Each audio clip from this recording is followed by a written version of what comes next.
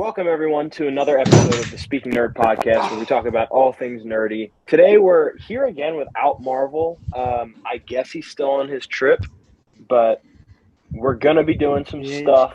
Or, I mean, for all you know, he's dead. Yeah, he could. Well, we spoke to him today, but yeah, you never know what could happen. They're actually just sending us messages saying, "Yeah, you guys go ahead and do the podcast." Well, we're gonna hopefully be doing some gaming stuff later this week, which is really exciting. Which I'm really personally excited once about. Marvel gets out of the dungeon that Ezra Miller put him in. I was joking about that the other day about Ezra Miller. Oh my god! But that's what we were doing. I was there. Yeah. Oh my god, you were. Yeah. Alter, me, and a friend of mine were all joking about it. But okay, so today's episode is very different from a lot of the other episodes, although it's in the same vein as last week's episode, which was our episode on The Room, and that should probably be in the link the link below by the time this video is out. Yeah. But so, guys, today what we're going to be talking about is a movie that is kind of a forgotten gem, I think, and Alter actually was the one who told me to watch it, and it's a movie by Joel Schumacher called Dying Young. It is called Dying Young. And it stars Batman and Robin. Yeah, and it stars Scott Campbell and Julia Roberts, and man, what a great movie! Rob Hurts, man. And yes, thank you for the reference, because somebody was bound to bring it up in the podcast anyway. Plus, you know, this movie is yet another installment in the series of movies where Julia Roberts is just going through it. Yeah. Well, I'm most curious what AJ thinks, and we'll get to what our thoughts are on the movie in a few minutes. But first, I kind of just want to go over how Alter even discovered this movie and kind of tell us how it ranks on your Joel Schumacher movie list. Me. All right. You want me to talk? Let's go. All right. Let's go. Okay. So how I discovered the movie. This is going to sound crazy to you guys, but my parents don't have this thing called cable, right? And, it just came on after the Batman on HBO, and I just kind of sat there and watched it. And by the end of it, I was bawling. Yeah. The saddest fucking movie I've ever seen in my life. Oh my god. Just always depressed after it. This movie inspired me to make a fucking romance movie. Wrote a whole goddamn script and just didn't do anything. I just wrote it, just out of feelings for that movie. Fucking put down the goddamn dog. I'm trying to tell you guys about Joel Schumacher. I think the dog's just so excited about Joel Schumacher. Yeah, it's true. The dog is really excited Well, I about Joel. used to have a sexual relationship with Joel Schumacher, as you guys remember. Yes, he does. Yeah. Or he did.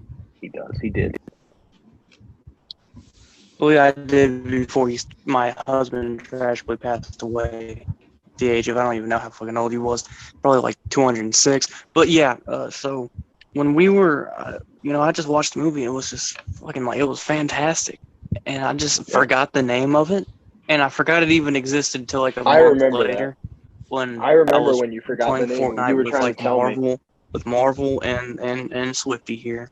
Yeah, it was with Marvel and Swifty here, and I was Marvel's not here, it's with Ezra Miller. But point is, we were just playing the game, and I was trying to find the movie. Like, what movie did I watch? So I kept looking, and eventually I found it. I found Dying Young. I was like, oh, thank God.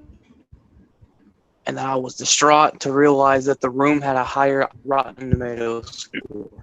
Well, and that started my supervillain origin movie. Go check out the movie Alter by Todd Phillips, starring Joaquin Phoenix. He plays me.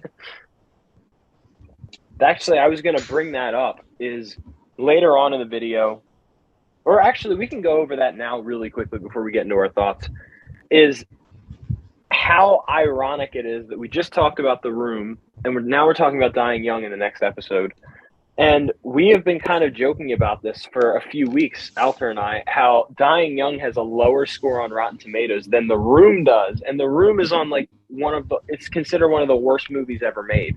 And Dying Young is a great movie. And Dying Young is like a really, really well-written movie. Like a surprisingly really good. well-written movie. And, you know, it's shot well. It is. It is. Oh my God. I love.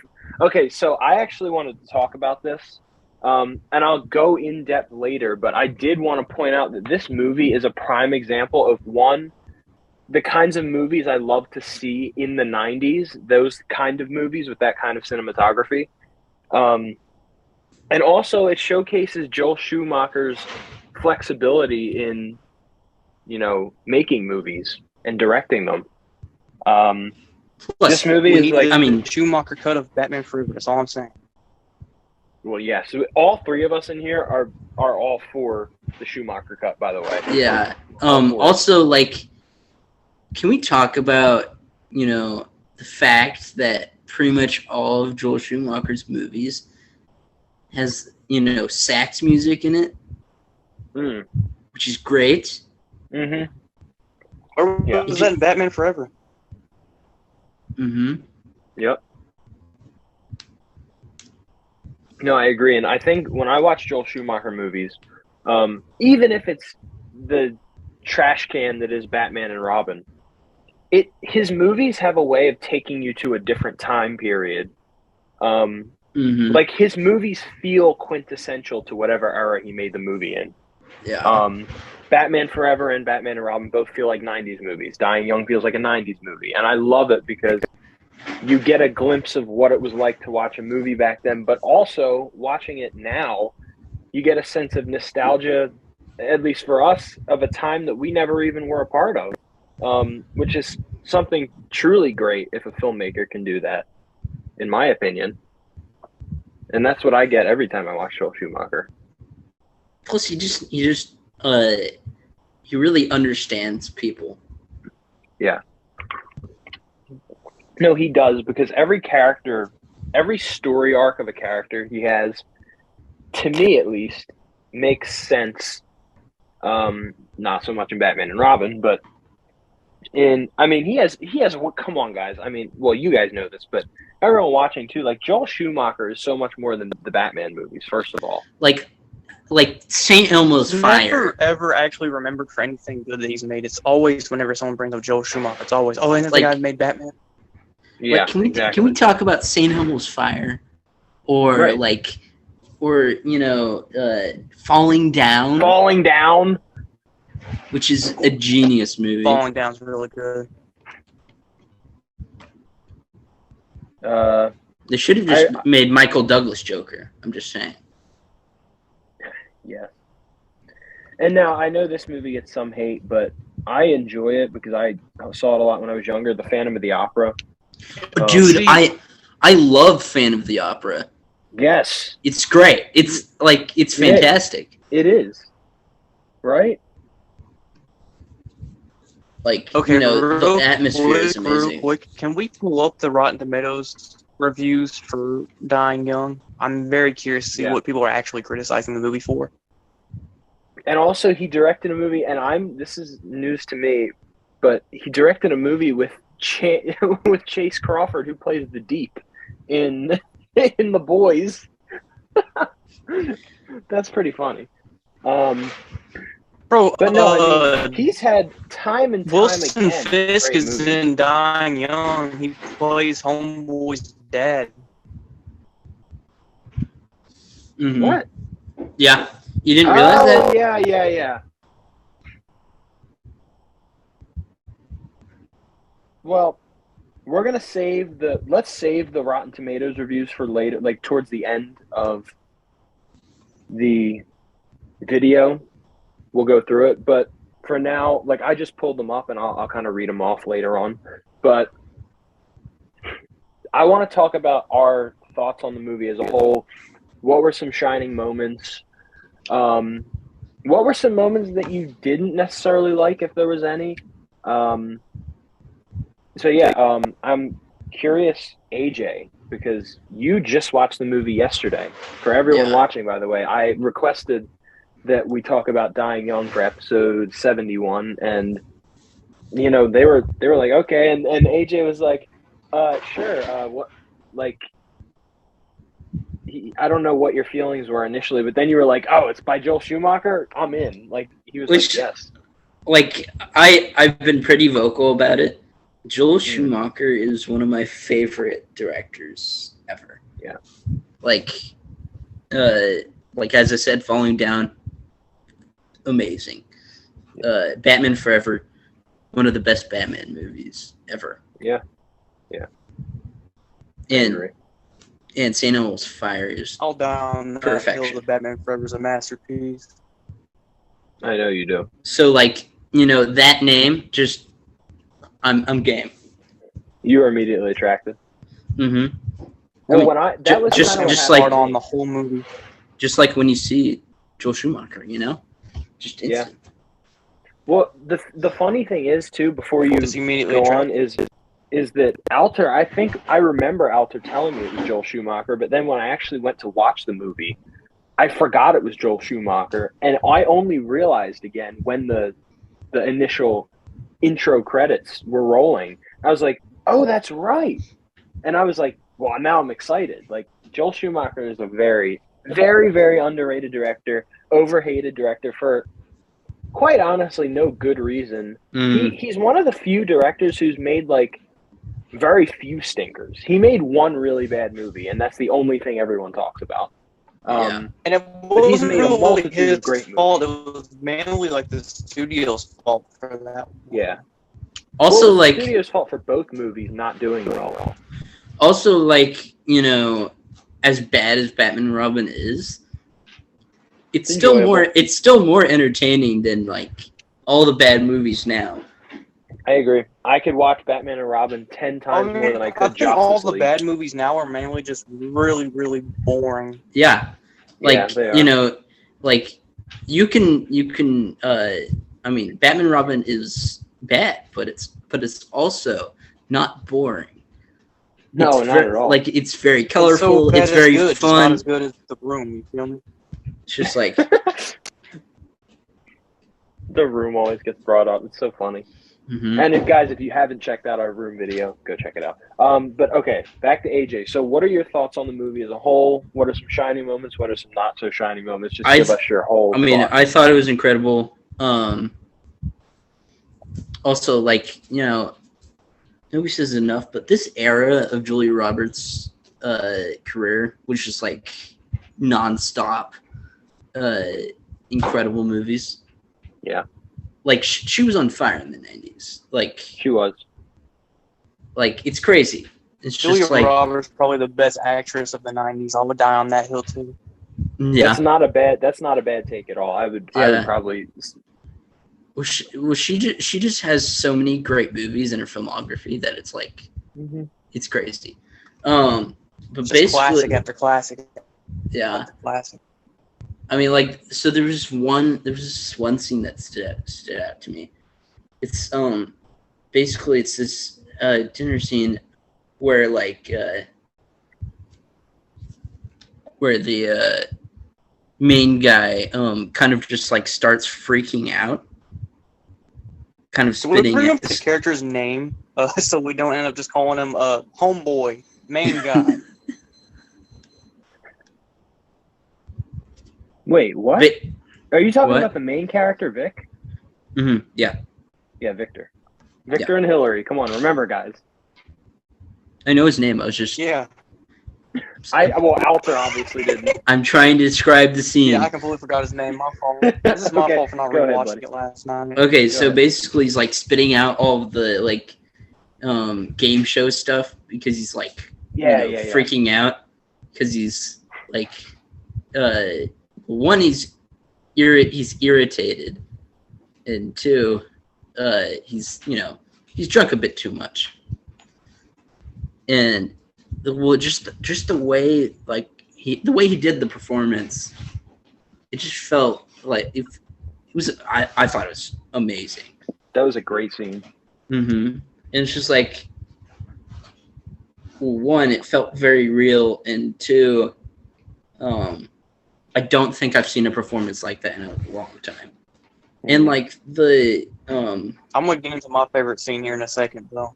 And the way they portray a a guy who's like dying from cancer, and doesn't even like want to get better because he just wants to be in love and just die is such an interesting story to me.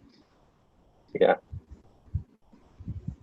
Were there any moments in the movie where you felt it could have been done better? You didn't really connect with the characters all that much. You think it could have been left out completely?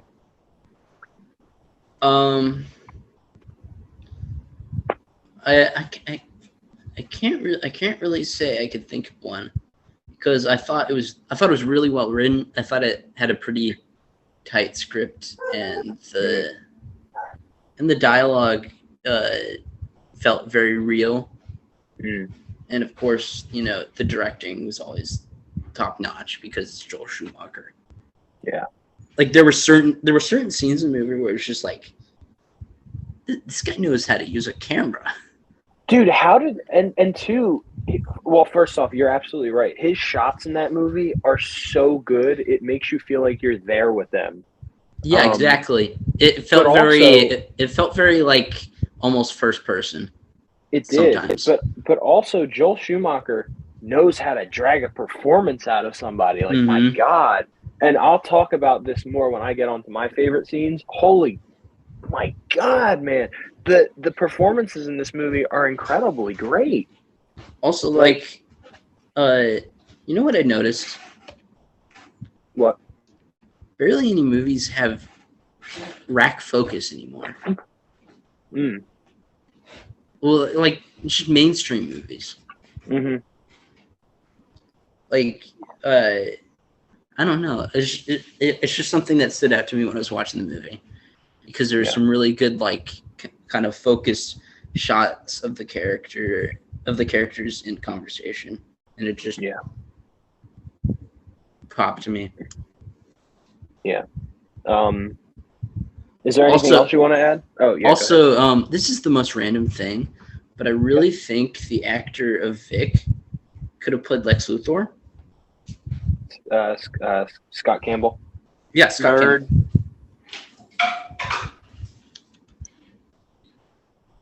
That's an interesting take. I never actually even thought about that when I was watching it. It popped into my brain. Schumacher's Superman and Robin. I'm telling you, he could have directed a Superman movie. I think Joel would have actually been better for a Superman movie than a Batman movie overall. Although I think Forever is one of the best Batman movies. I think that Schumacher and a Superman movie would have been like a perfect combination. True. Okay, bro. We need to get the guy Scott Campbell, bro. We need to get him to play Superman, and then Julia Roberts as Lois. That's a missed out opportunity. It's like forgotten Hollywood couples.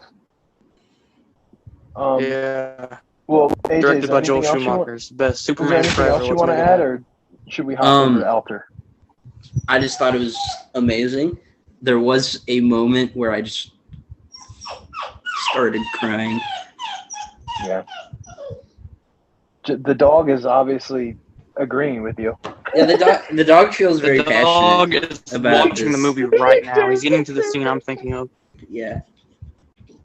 All right, well, I guess that kicks it off to Alter. Sorry. So, Alter, what are your – I mean, I kind of know basically your thoughts on the movie, but I probably don't know everything. And I'm curious as to kind of elaborate on your thoughts on this film. All right, so I'm not the biggest film buff ever, so you're not going to get some in-depth review or breakdown. But it's a good movie, man. Doesn't deserve the lower than the Room Rotten Tomatoes score that pisses me off every single time I look at it. I know. I now know how Zack Snyder fans feel. Can the dog stop watching the movie? But yeah,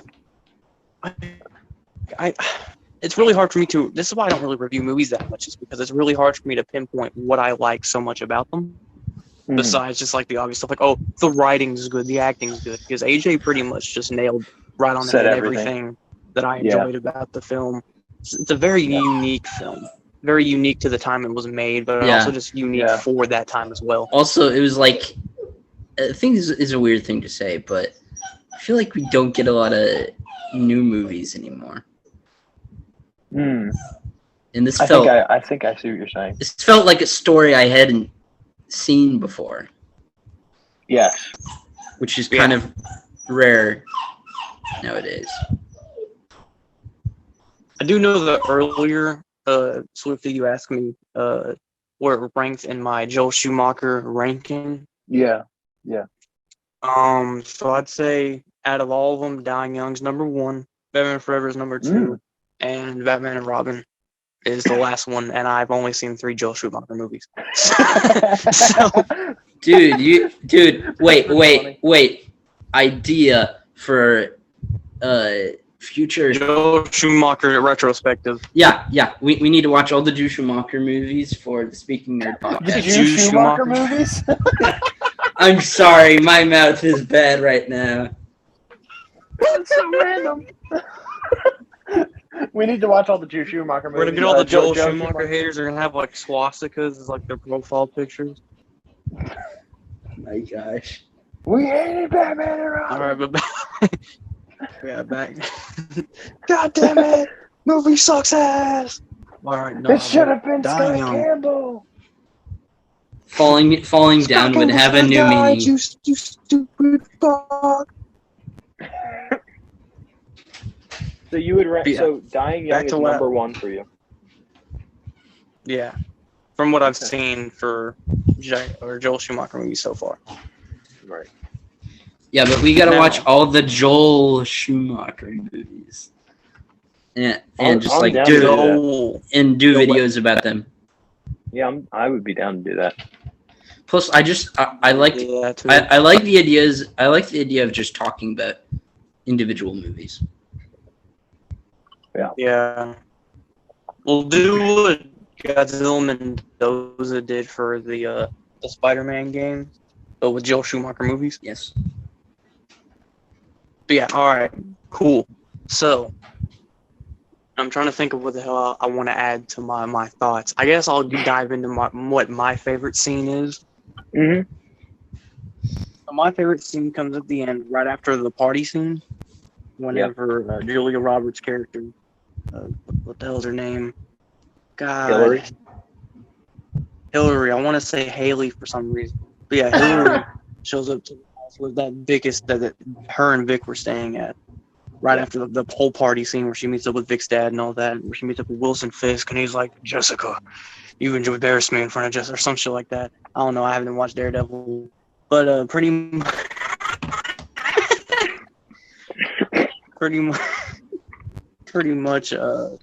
it's the scene where he's Christ, now I gotta try to remember how it happened.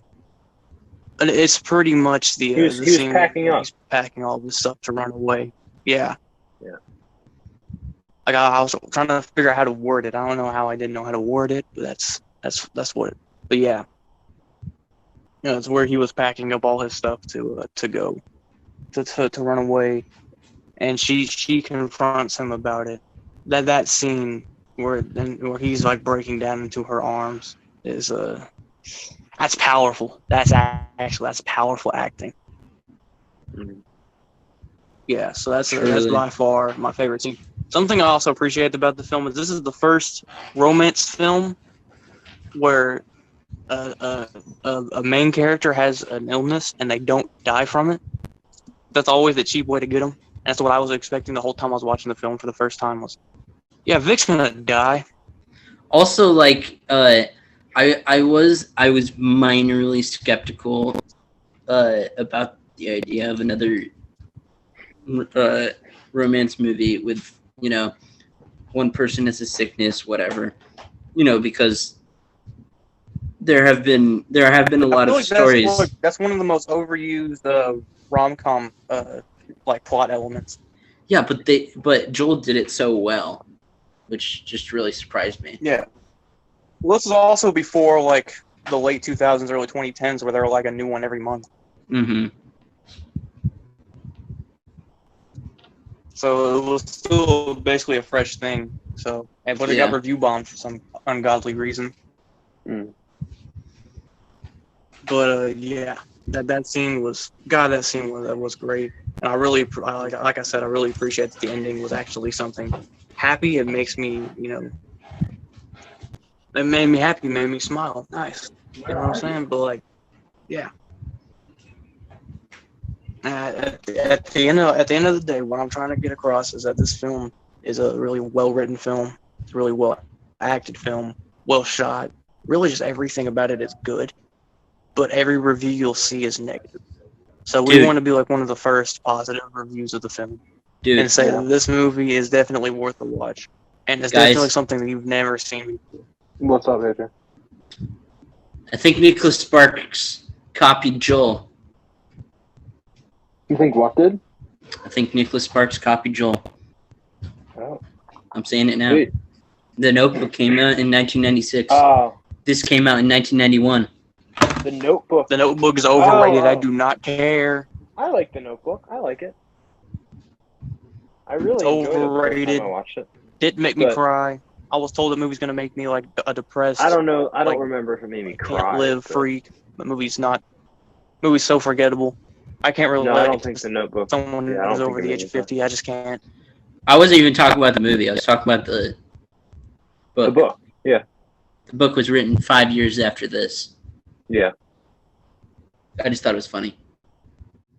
And that's why The Notebook is overrated. Sucks ass. I actually like The Notebook, but I love Dying Young. Bad. So there you go. Yo, Nicholas- so can you guys hear like the fucking AC unit in the background? No. No. Now Okay, let's cool. talk I about wanna make sure why my- Dying Young is great. Go for it. Because one, Joel creates very flawed and very human characters, and I think it's especially seen in this movie. Yeah. Something I wanted to add was that I like how Vic, most like romantic movies, where the plot revolves around like a sickness or whatever. Typically, they're the saints in the relationship, and I like how Vic in this film is probably the most flawed character in it. Exactly. That's what I love about this is that he's such a it's almost like in movies when you have a sick person they aren't allowed to be human. Yeah. It's like there's a weird stereotype with that's in like cinema of characters who have a mental illness or a sickness or whatnot. Mm-hmm.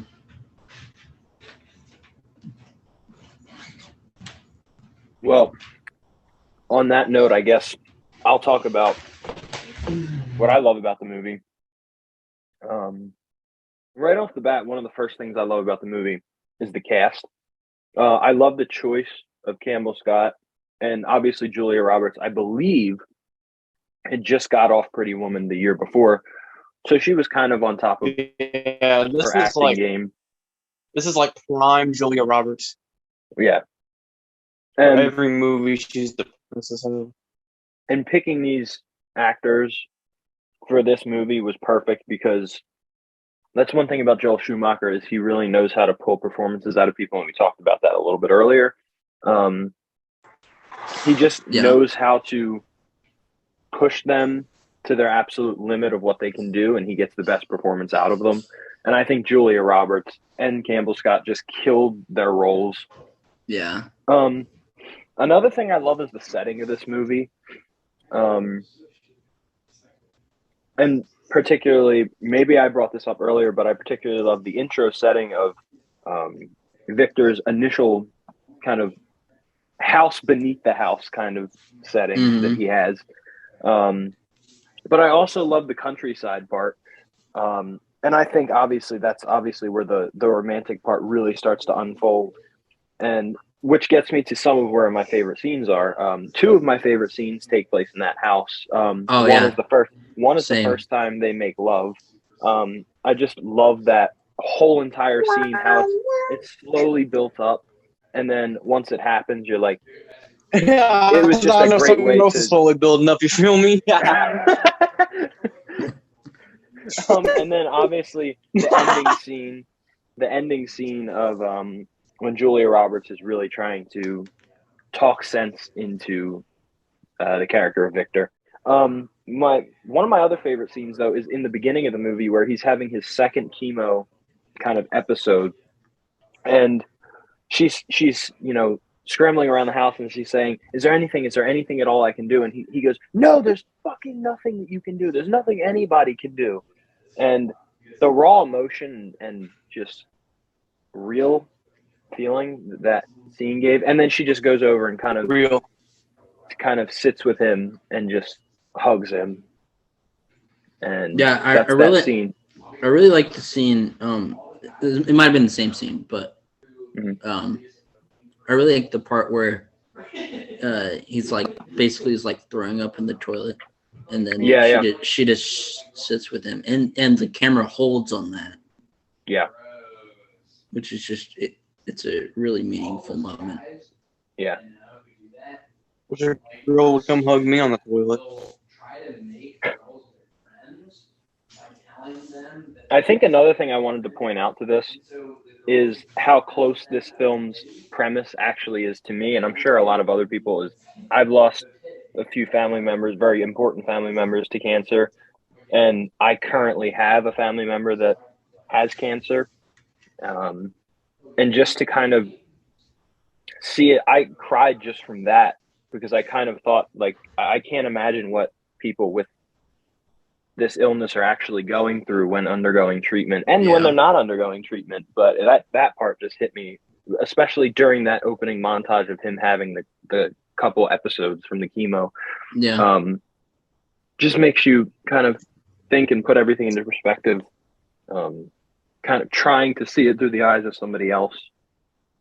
And I think that's something that Joel did really well, is kind of letting people who don't know what's going on exactly swoop down to that level and see what actually is happening to the best of your ability anyway. Because all I was going to say is Joel's movies were always about, like, kind of getting the audience to understand a particular like a particular kind of life or particular character. Like Batman and Robin really made me understand what it's like to be a millionaire with dead parents. As well, now that we're talking about things, well, I kind of just said what I love about the movie. I kind of wanted to touch on the ending, because that's one of my favorite parts. Let's go. Best ending movie ever. I want to get everyone's thoughts on what you thought was going to happen versus what actually happened. Did you like the ending? And what do you think happened after the ending? So, AJ, I kind of want to hear your thoughts on that first. Well, I thought my first guess of how it was going to end is, the obvious one, like the guy dies or whatever. Mm-hmm. Because that's pretty much what happens in every kind of this type of story. Yeah. And I thought it was a terrific ending. I mean, it was better than anything I could have expected. Yeah. I personally expected that Campbell Scott's character was going to kill himself, actually. Actually, I did have that thought at a certain point in the story, like when he was leaving when he was leaving the party. Mm-hmm. Yeah. I thought he was going to kill himself. So did I, because you see him give her that kind of last kiss thing. Yeah, and then he popped in my mind immediately. Yeah, and then he leaves, and it was like whiplash when that's not what happened. Yeah. The thing that really got me, though, that kind of put it in the ground for me that he was definitely going to kill himself was when she went over to the dad, and she said, "Where's he going?" And he said, "Oh, he went back to the house. He wants to be alone tonight." And I was like, "Oh, he's definitely going to overdose on the morphine." Yeah, that was exactly my thought process. I was like, and then what I thought was going to happen was she's either going to go to the house and find him dead already, which would have been heartbreaking, or she'd be going and watching him killing himself as she goes into the house with a needle in his arm or something. Yeah. But we got neither of those things, so it definitely threw me for a mental curveball. Alter, what did you think of the ending, and what did you think was going to happen versus what actually happened? Oh, I'm eating a Chips Ahoy. Hold on. I haven't had one of them in a long time. All right. Bro, this is the Reese's one's robust, I swear. But yeah, dying young. What I thought was going to happen was really, I don't know. Because see, in the other recording, me and Josh looked at Rotten Tomato scores, which I don't know if we're doing that in this recording or not, but because I want to hear what AJ has to say. Because I know one of the Rotten Tomatoes reviews, spoiler alert, AJ, my fault, said the movie was really predictable. Bullshit. Because I didn't know what the fuck was going to happen half the time. Yeah, me neither. I thought motherfucker was going to be cured by the end of it. I wasn't able to a happy ass life. I wasn't able to predict like a second of this movie because it was just like, oh, this is happening. It's like maybe something else will happen. It was like, no. Well, it went from depressing to kind of wholesome to be really fucking depressing, and then it went from that, and I thought he was going to kill himself at one point. And then I walked in, and I thought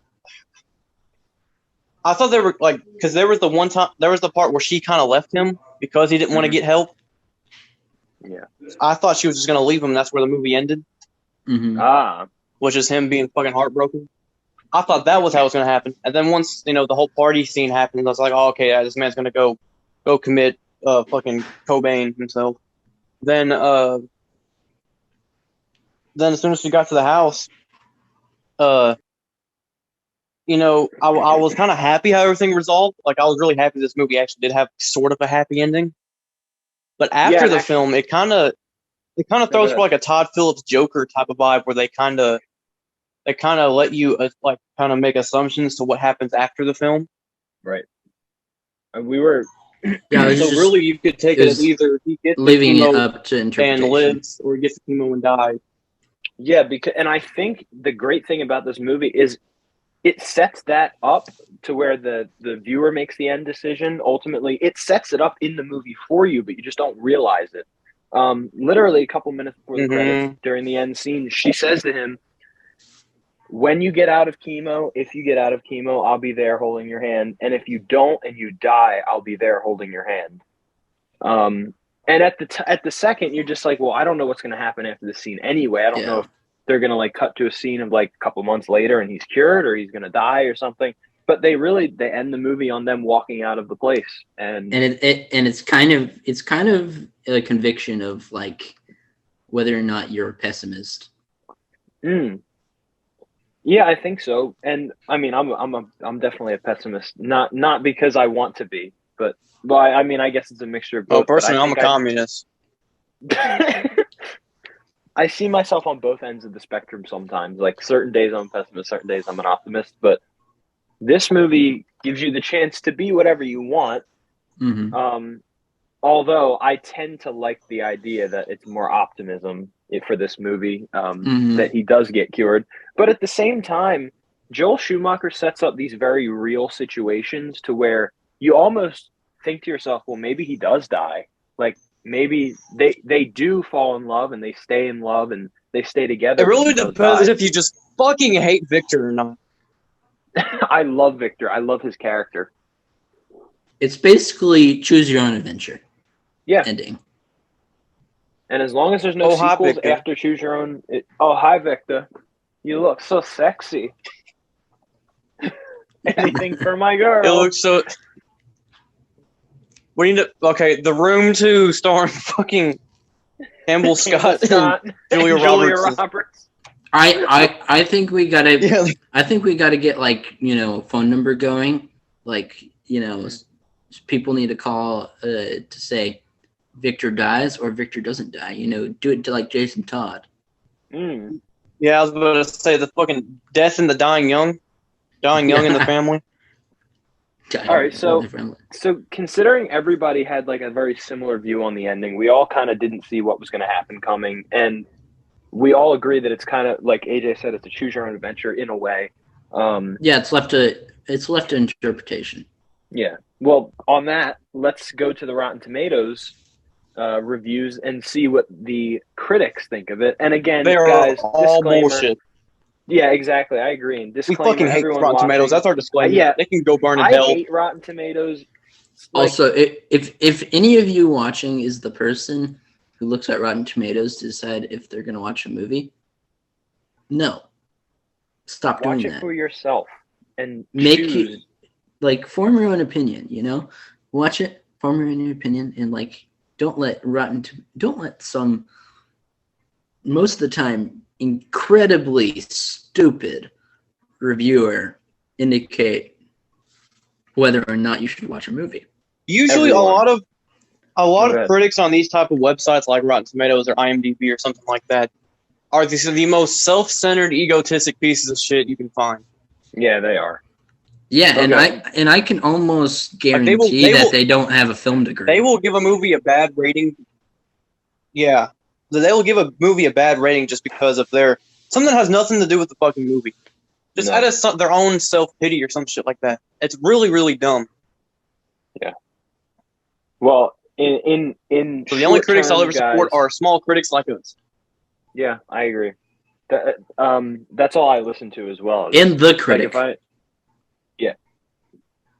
But on that, I think all we have to say about tomato scores is everyone watching, join us and we can end this destructive conflict and bring order to the Tomatoverse. So please stop watching or listening to it, Fucking whatever. Spider-Verse. Okay, here's the first review. This is a bad review. So we're gonna kind of go. I'm gonna go like bad, good, that kind of thing. Okay. It also There's not that lacks- many good reviews, by the way. No, there's not. But okay, this review particularly irritates me. It says, and Alter and I spoke about this yesterday, and I'm sure we're gonna just be as irritated as we were the other day. It's in the first sentence. It also lacks cuteness, which a movie of this sort needs. A film as predictable as this one is seriously in need of scenes that stand out, scenes that give the movie a little life, no pun intended.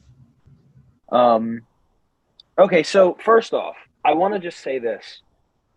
Romantic movies don't need cuteness, and it's not a teeny bop romance movie. This is not High School, Say It Isn't So, 10 Things I Hate About You, even though I love those two movies. Yeah. But it's not that. Like, I don't think they understand what type of film that Joel Schumacher was going for. No, this is He wasn't a real... going for a classic romantic comedy film. He was going towards a more dramatic film. Well, I don't think it's a romantic comedy. It's more like a romantic traumedy. Dramedy. It is. And that's the thing, though, is I personally can only... We created a so fucking much- genre. We did. I can only take, and I'm sure you guys agree with this, I can only take so much romantic comedy, and I don't really particularly like romantic comedies. I only like a few. I like a Say certain. I like Anything. a certain type. Yeah, me too. It's a certain type of rom-com. that I enjoy. like the earlier I like ones. them when they... Go ahead. I was actually going to tell you. Yeah, go. Both of you go ahead, and then I'll add my... All I was saying is that I prefer like the 80s and 90s. Oh, yeah. I hate romantic comedies unless they star Vic Vaughn, then they're mine. Or Vince Vaughn. I'd say that Vic Vaughn. Oh, yeah, like Wedding Crashers, phenomenal. Oh yeah, I love Vince Vaughn comedies. Vince Great. Vaughn Those in movies- anything is just Vince perfect. Vaughn, if he's in a rom-com, that shit's a classic. That shit's just an instant classic. I agree. It Or is. Ben Stiller ones. Besides that, Ben they all Stiller suck ones are ass. But if they got phenomenal, Vince too. Vaughn in it, it's fucking golden. No, dude, we can't forget about Meet the Parents, which, I mean, really is a romantic comedy if you think about it that way. Oh, What the hell was that absolutely. Christmas one that they did? Christmas one. Was it a Fockers movie? Oh, you mean Little Yeah, there was a Fockers? Christmas. That horrible. No, not Little Fockers, you fucking dickhead. Oh, You motherfucker. Love Actually. Love Actually. I'm pretty sure that's. The Is one it I'm Love thinking of. Actually? That's a Christmas-based movie. From what I Shit, no, there's remember. one that's... There's one that's like a Christmas one where, like, they were gonna get on, like, a fucking airplane, but their plane got, like, canceled, like, the flight got who's it? canceled. Just Friends. Yeah, with Ryan Reynolds. Fuck, I don't know. God damn it. Well, That's- that's one of me and AJ's favorite. Yeah, rom-coms. yeah, I love Just Friends. I'm pissed off now. I'm looking it up. Dude, you got to watch it. It's on HBO Max, I think. Okay, Dude, back to this review. I've watched Um, it so many times. It Too many also times. lacks cuteness. So my response What? to that would be, obviously, a film like this doesn't need cuteness, and romantic movies don't need cuteness. Also- Rom-coms maybe a little bit, but not cuteness per se. I wouldn't say that. But a movie But like this movie this, had cuteness for like but a it small part of it. and it's not even cuteness. It's just I think that people misunderstand that cuteness and actual love and the feelings of love and the way of physically showing love is in kind of scenes like that, especially like a scene that I think of from the movie that really shines of like the romantic side is Julia Roberts is kind of shunning away her feelings for him in the beginning, and he asks her to found dance, it. and she did nice, and she kind of moves away, and he tries and goes in for a kiss, and she moves away and walks away. That is romantic stuff. That is things that actually happen. Also, why would you need cuteness in a movie about a guy who's dying from cancer? Right. And mainly, I mean, if you want to think of the story, think of it like this, everyone. This story is really about Victor. He's the protagonist, and he is the main character, despite, the beginning of the movie starts off with Julia Roberts and her character, but the whole movie is based around Victor, his illness. It's basically the struggle of wanting to live. Yeah, absolutely. And I think a great scene that we all probably enjoyed was the scene where he's kissing Hillary and she asks who that person was in the picture. And he said, thought I loved her, or whatever he says. And he says, she left me because I got sick, and now you're going to leave me because I'm getting well. So it's almost like he doesn't believe that he can find love. And he believes that if he does, it's going to leave him because of that one experience. Yeah, I think every guy can relate. He's talking about me for real. And I do think that societally these movies are really kind of, I don't think a lot of men want to admit it, but almost every guy can relate to the romantic part of it. Okay. Yep. So no, but let's actually, go to the next review. Here, hold on. I have a prediction. You can cut this out or not. But Okay. I feel like at the end of the film, when they drive off, they're going to Ezra Miller's house. Oh my God. Dude, it's the 90s. The guy was just born. Well, the Flash can go back in time. That's true.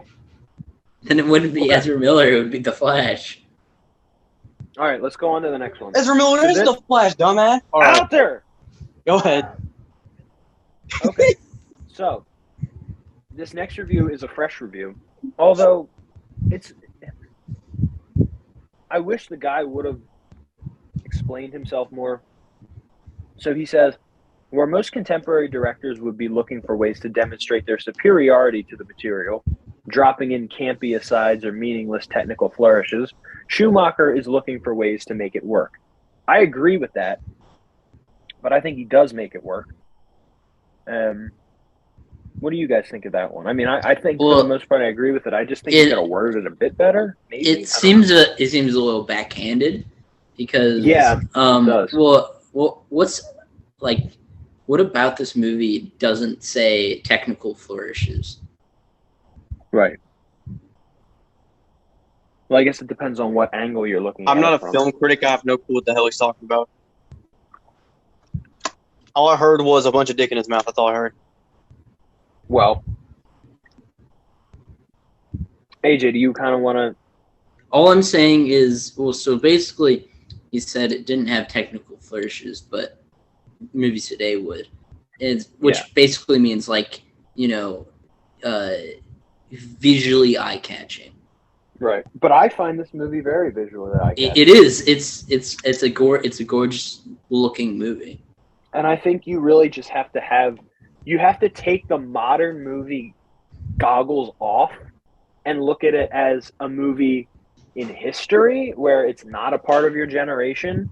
It came out in a time where it was different making movies. It's not the same anymore. I wish it was like it used to be. Also, it's just me, but most 90s movies are better than most movies today. So. I agree. I would watch movies from the 40s to the 90s or even very early 2000s, like really early 2000s, compared to anything today.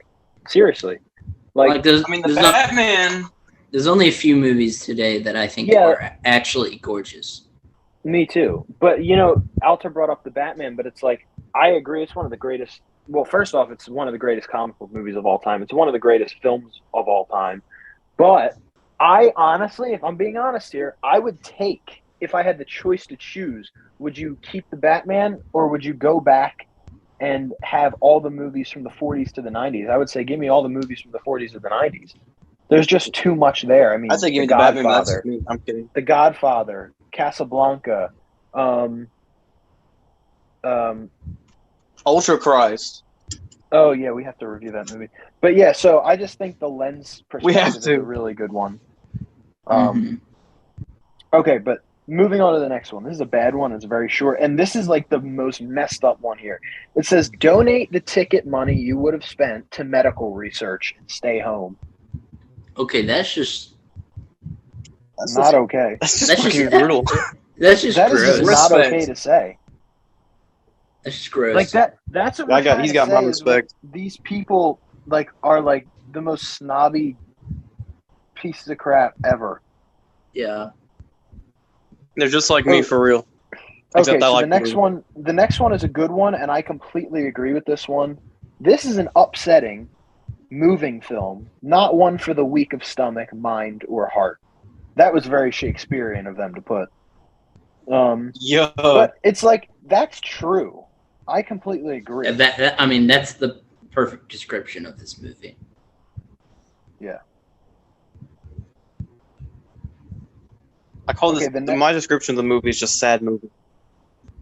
The next one is, will someone please write a part for Julia Roberts and not be happy just to look at her?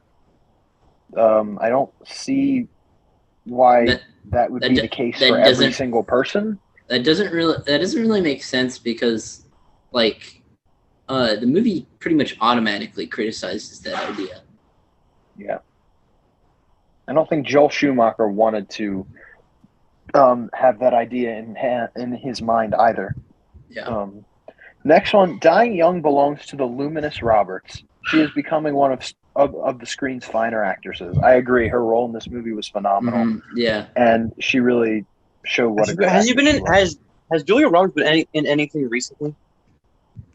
I don't know, actually. I haven't looked. She probably has. This next one I think we can all relate to. Just try and hold back the tears. It's impossible. Facts. Absolutely true. I'll only go through like 2 or 3 more here, because there's not many left anyway. One of those useless bits of goop manufactured exclusively for decades of replay on Lifetime.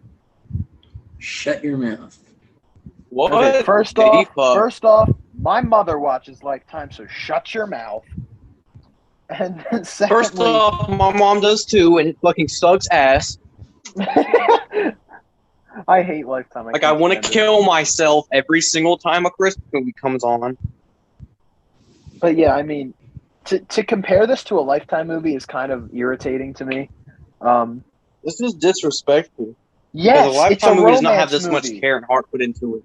But exactly, but like, yes, I get it's a romance movie. What do you want more from a romance movie? It's a romantic drama with actually an engaging story and a very unusual story at that, in my opinion.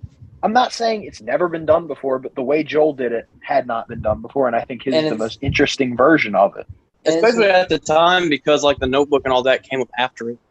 Right. Also, it's not just romance. It's a drama. It's not.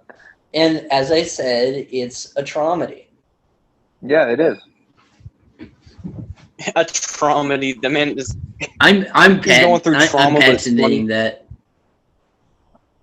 Okay, I'm going to read through 3 more here. Dying Young offers a convincing anatomy of the universal yearning for intimacy. Completely agree. Mm-hmm. And I think people are not looking at that, which Because I'm yearning for some bitches too. You feel me? That is something that I think people need to soften up when they watch movies like this and try and put yourself in those shoes. Because everyone really can relate to the themes of this film. Okay, so I may sound like a Twitter user right now. But all these reviews right now sound like some toxic ass masculinity. Okay, I'm going to read 2 more. And that's it.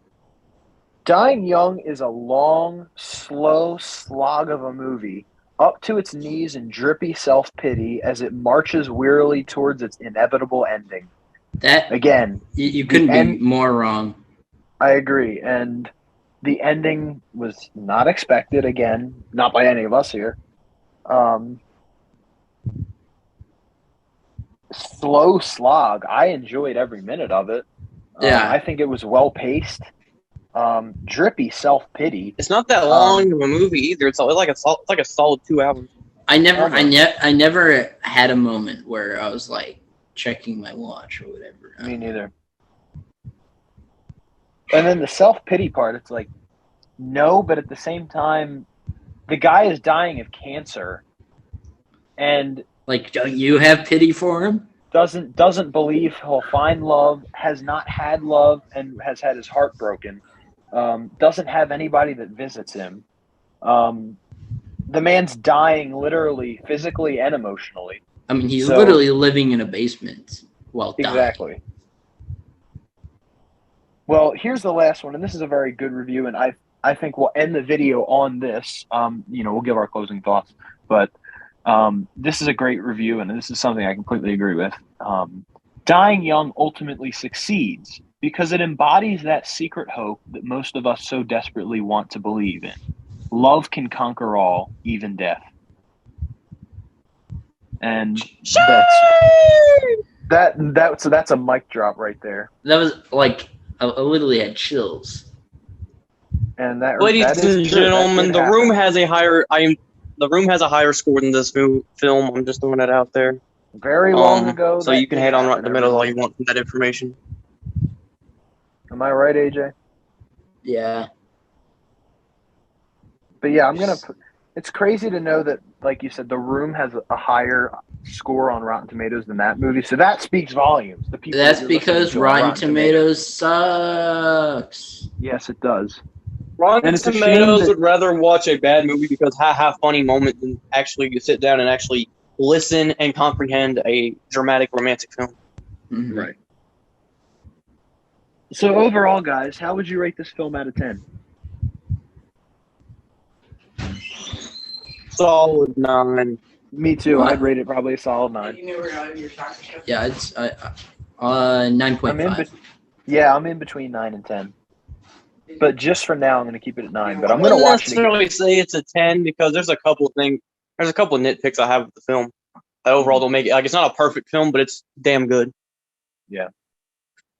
What would you rate it if you were on Rotten Tomatoes? Anywhere between like an 80% to 90%.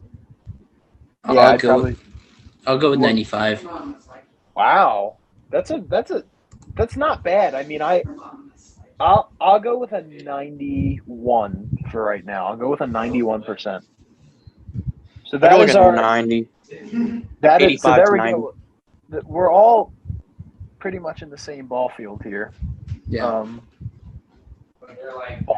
Ballpark idiot I am. Ball field. But guys, Julie is roasting the shit out of you in the background too. Yeah. Okay. Well, that's going to be it for this episode, guys. I believe this was episode 71. We had a great time talking about this movie. We love this movie. I will be watching it again, hopefully tonight or at least sometime this week. I love it.